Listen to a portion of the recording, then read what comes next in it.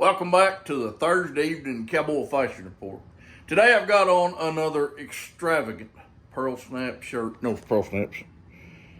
This has an aged tangerine base with some 12th century Egyptian porcelain accents.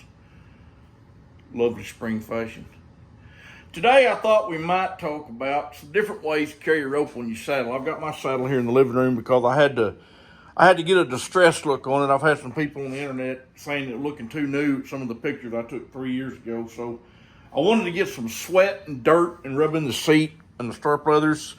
And I wasn't sure where to find some sweat. So I looked it up on the internet on Google and I found a sweatshop. And that shit's like $48.95 a gallon, but I got a couple of gallons and I'm getting a nice distressed look on my Billy Cook saddle here. Anyway, I thought we'd talk about carrying your rope, and I may have discussed this before, but it's my fashion report, so I can talk about whatever the hell I want to as many times as I want to. And all these are opinions, you know, the carrying your rope and distressing your saddle, but opinions are kind of like penises. Mine's better than most. Now, I carry mine in a quick draw fashion with a piece of Cowboy inner tube that you get at the Cowboy store. And I started doing that the first year I doctored wheat cattle up in Groover, Texas in the Arctic tundra. And you can take your rope off very fast and put it up very fast. Now, a similar style, when I was in Arizona, 90% of the guys out there carried it like that across their swells. And I'm not sure. I think it was more convenient because out there on the wagon, you throw your saddle on the ground day in, day out, picking it up. And it's easier to get around and carry it like that. I've noticed might be the reason. And it looks really cool. Now, back in 1990, when I first went to the Pitchfork Ranch, I had a rope string, rustic rope string, just like Clint Eastwood carried in rawhide. And of course, the most common method you would think to carry, gotta adjust my phone hearing, is to put your rope on your rope string like this, under it. You know, that's the, I don't know, it's just the first thing you do if you don't know what you're doing when you put on a rope strap. So anyway, you get on there like that, hanging on your saddle. And it looks fine and everything, but you can actually lose your rope real easy like this. I lost mine, well, actually some of the Croton monkeys stole it one time. We had a hold up there in the breaks, and I got to the hold up and my rope was gone. They just popped it right off and it fell off my saddle. And a bunch of cattle run off, and I was sitting there with my thumb up my ass with no rope. So I think it was Bobby Allen or Lynn Bergeson told me right there the best way to carry rope on that type of rope strap. If you're going to use that type of rope strap, when you get your rope on here, excuse all the movement, put it over the top and go under like this. Under again, and under one more time, and under one more time. And then when your rope bounces and you're galloping across the prairie or the breaks, it pulls on this part and stays on your horn. And the monkeys have trouble getting it off too.